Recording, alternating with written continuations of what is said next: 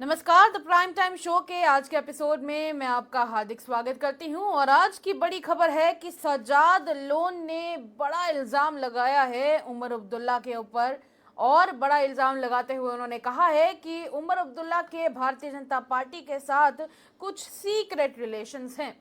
पूरी खबर क्या है आपके साथ जरूर साझा करेंगे, पर आपको पहले शुरुआती तौर पर यह बता देते हैं कि आज के दिन सज्जाद लोन के द्वारा एक प्रेस कॉन्फ्रेंस की गई और उस प्रेस कॉन्फ्रेंस में उन्होंने एक के बाद एक इल्जाम उमर अब्दुल्ला और नेशनल कॉन्फ्रेंस पर लगाने शुरू कर दिए। उनका कहना है कि कहीं ना कहीं जम्मू कश्मीर में जो कुछ भी बड़े डिसीजंस लिए गए हैं, उन बड़े डिसीजंस के पीछे कहीं ना कहीं उमर अब्दुल्ला का हाथ है। और वो हाथ इस तरह से है क्योंकि उनके भारतीय जनता पार्टी के साथ कुछ सीक्रेट रिलेशंस हैं। आज के दिन उन्होंने पत्रकार वार्ता की और इस प्रेस कॉन्फ्रेंस के दौरान उन्होंने कहा कि उमर अब्दुल्ला और भारतीय जनता पार्टी आपस में मिले हुए हैं और इस तरह का उन्होंने इल्जाम लगाया है।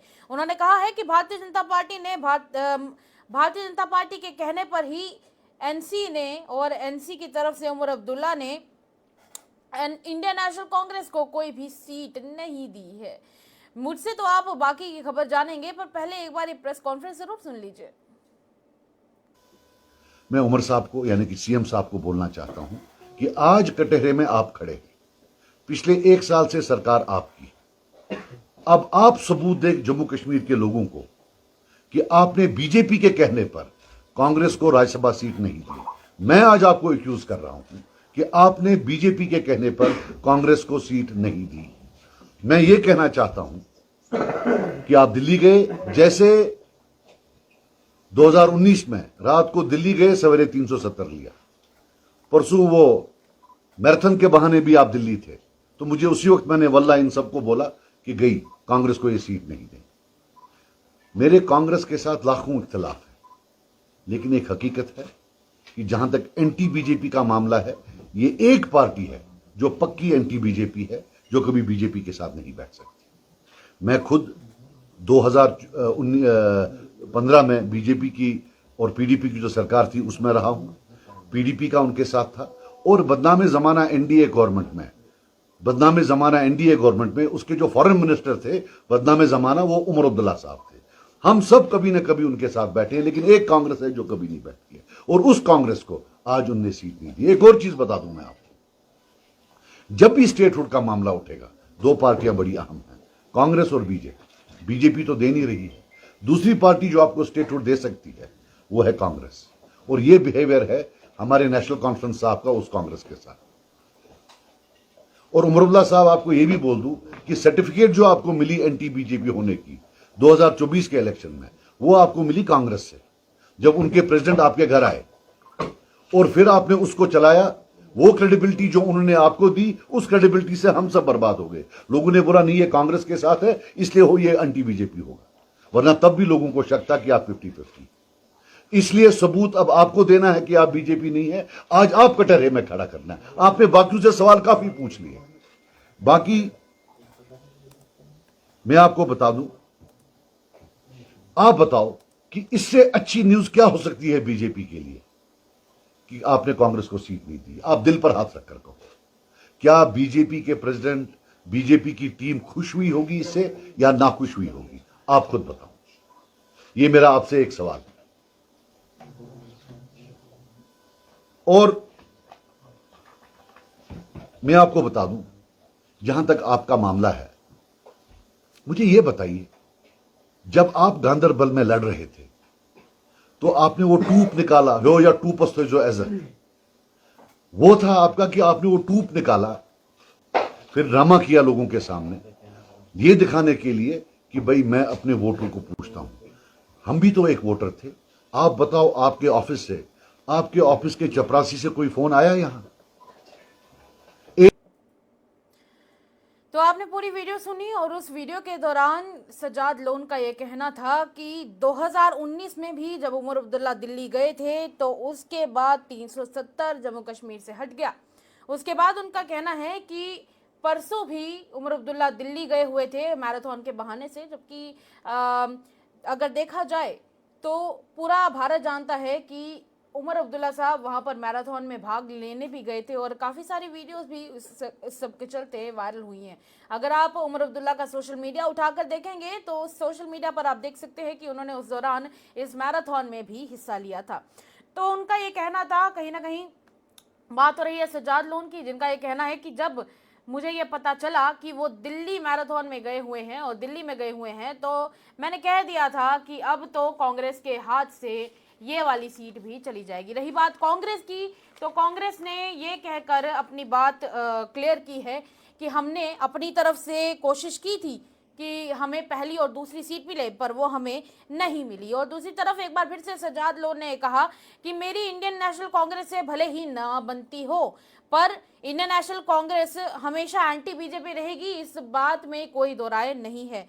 रही बात 2015 की, तो मैं 2015 में भी बीजेपी और पीडीपी की जो ये अमेलगम चला था उस दौरान भी मैं वहां पर रहा हूं और पहले भी एनसी और बीजेपी के साथ, एनसी और बीजेपी उस दौरान भी साथ बैठी थी। पर आज की अगर बात करें, आज जम्मू कश्मीर के पास स्टेटहुड नहीं है और जम्मू कश्मीर को अगर कोई स्टेटहुड दिला सकता है तो यही दो पार्टीज दिला सकती हैं, या तो भारतीय जनता पार्टी दिला सकती है या तो इंडियन नेशनल कांग्रेस दिला सकती है। और उनका यह भी कहना था कि भारतीय जनता पार्टी तो इस समय जम्मू कश्मीर को स्टेटहुड देने से रही, पर ऐसे में अगर उनकी स्टेटहुड की डिमांड वो जोर शोर से रखना चाहते थे तो ऐसे में उन्हें इस वक्त कांग्रेस का साथ देना चाहिए था। उनका कहना था क्योंकि इस दौरान बीजेपी के अलावा सिर्फ कांग्रेस ही है जो जम्मू कश्मीर को स्टेटहुड दिला सकती है। उमर अब्दुल्ला को एंटी बीजेपी का सर्टिफिकेट भी तब मिला था जब वो जेकेपीसीसी के प्रेसिडेंट से 2024 में मिले थे, इलेक्शन से पहले पहले। ये बात और कोई नहीं बल्कि सज्जाद लोन ने कही है। उनका कहना है कि पहले जब 2024 में इलेक्शन होने थे उससे पहले उमर अब्दुल्ला को एंटी बीजेपी का टैग तब मिला था जब वो जाकर कांग्रेस के जम्मू कश्मीर प्रदेश कांग्रेस कमेटी के अध्यक्ष से मिले थे। इसी के साथ यही एक रीजन था जिसकी वजह से बाद में उन्हें वोट भी मिले थे। पर कहीं ना कहीं रही बात स्टेटहुड की, इसको अगर साइड पर भी रखकर देखा जाए, इस इशू को साइड पर भी रखकर देखा जाए तो स्टेटहुड की मांग करने के लिए आपको याद होगा कि कुछ महीने पहले जम्मू कश्मीर प्रदेश कांग्रेस कमेटी हमारी रियासत हमारा हक के चलते दिल्ली गई हुई थी और यहाँ से काफी सारे कांग्रेस के लीडर्स थे जो दिल्ली गए थे, जंतर मंतर गए थे और यहाँ से उन्होंने एक ही नारा लगाया था, दिल्ली चलो दिल्ली चलो, और उनका दूसरा नारा था हमारी रियासत हमारा हक।